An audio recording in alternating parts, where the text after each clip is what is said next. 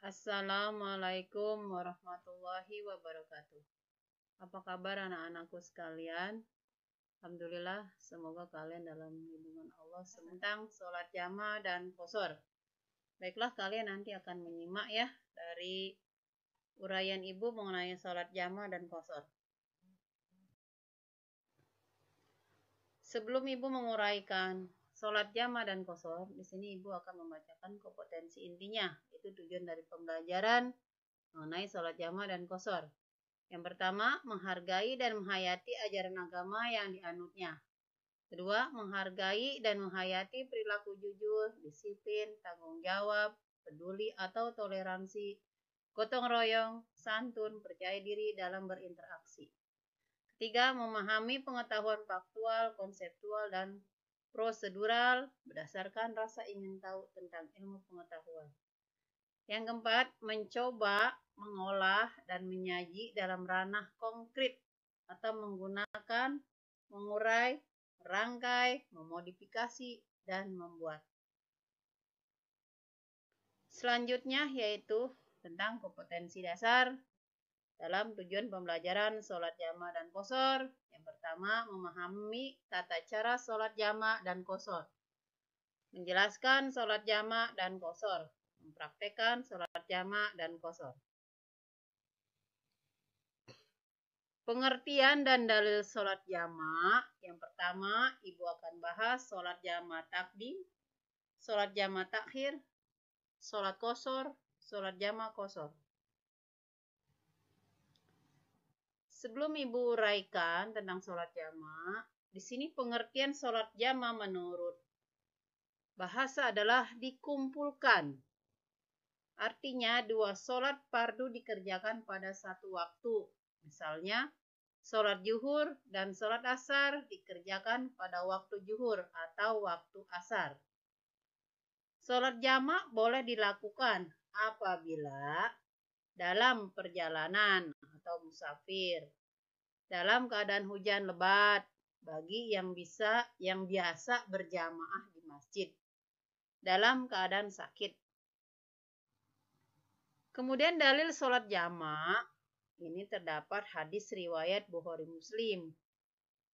Dari Anas ia berkata, Rasulullah Shallallahu Alaihi Wasallam apabila berangkat dalam perjalanan sebelum tergelincir matahari, maka beliau takhirkan sholat zuhur ke waktu asar. Kemudian beliau turun atau berhenti untuk menjamak keduanya. Jika matahari telah tergelincir sebelum beliau berangkat, maka beliau sholat zuhur dahulu. Kemudian baru beliau naik kendaraan. Ini hadis riwayat Bukhari. Kemudian sholat takdim, sholat jamaah takdim. Sholat jamaah takdim adalah dua sholat fardu yang dikerjakan dalam satu waktu. Yang pertama, misalnya sholat maghrib dan isya dikerjakan pada waktu maghrib.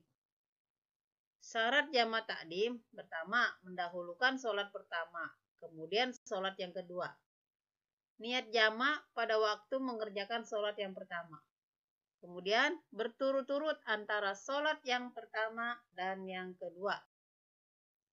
Selanjutnya, cara mengerjakan sholat jamaah takdim. Contohnya, apabila seseorang hendak mengerjakan sholat takdim zuhur dan asar, maka terlebih dahulu harus mengerjakan sholat zuhur pada waktu zuhur dengan niat jamaah takdim. Setelah itu baru mengerjakan sholat asar. Demikian juga jika hendak mengerjakan sholat jamaah takdim, maghrib, dan isya, maka harus mengerjakan sholat maghrib dulu, kemudian sholat isya. Selanjutnya sholat jamaah takhir. Sholat jamaah takhir ialah dua sholat fardu yang dikerjakan pada waktu sholat yang kedua. Misalnya, sholat zuhur dan sholat asar dikerjakan pada waktu asar. Cara mengerjakan sholat jamaah takhir sama dengan mengerjakan sholat jamaah takdim. Perbedaannya terletak pada waktunya. Apabila mengerjakan jamaah takhir, sholat zuhur dan asar maka dikerjakan pada waktu asar. Sedangkan jika akan mengerjakan jama' takhir maghrib dan isya, maka dikerjakan pada waktu sholat isya. Kemudian selanjutnya itu sholat qashar. Menurut bahasa qashar itu pendek atau diringkas. Kalau menurut istilah, memendekkan sholat jenis 4 rakaat kepada 2 rakaat. Sholat qashar ialah sholat yang diringkas. Artinya sholat fardu 4 rakaat diringkas menjadi 2 rakaat. Sholat yang dapat diqashar yaitu sholat zuhur, asar, dan isya. Sedangkan sholat subuh dan maghrib tidak boleh diqashar. Sholat qashar boleh dilakukan apabila dalam perjalanan jauh, perjalanan bukan untuk mengerjakan maksiat, perjalanan sejauh 80,6 km atau sehari semalam lebih. Sholat yang diqashar adalah sholat yang wajib yang berjumlah 4 rakaat saja. Dalil sholat qashar di sini terdapat dalam surat An-Nisa ayat 101. Yang artinya, apabila kamu bepergian di muka bumi, maka tidaklah mengapa kamu mengqashar sholat. Jika kamu takut diserang orang-orang kafir, sesungguhnya orang-orang kafir itu adalah musuh yang nyata bagimu. Cara mengerjakan sholat qashar. Cara mengerjakan sholat qashar seperti sholat biasa. Perbedaannya dalam niat, yaitu dengan niat qashar dan dikerjakan yang 4 rakaat menjadi 2 rakaat. Sholat qashar dapat dikerjakan dengan jama', asalkan harus disertai dengan niat qashar dan jama'.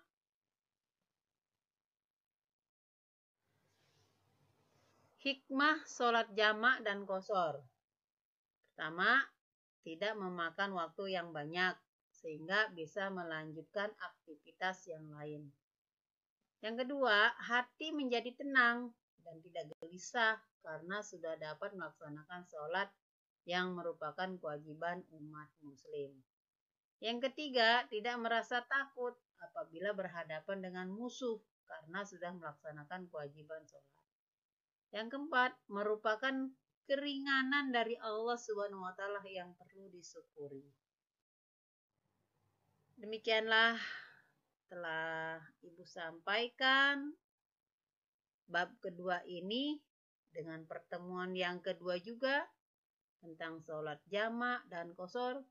Semoga kalian semua dapat mengambil hikmahnya, intinya, dan bisa mempraktekkan sholat jama' dan qashar. Nanti Ibu akan mengasih soal-soal, kalian kerjakan dengan benar. Demikian pertemuan Ibu yang kedua. Selamat menunaikan ibadah puasa.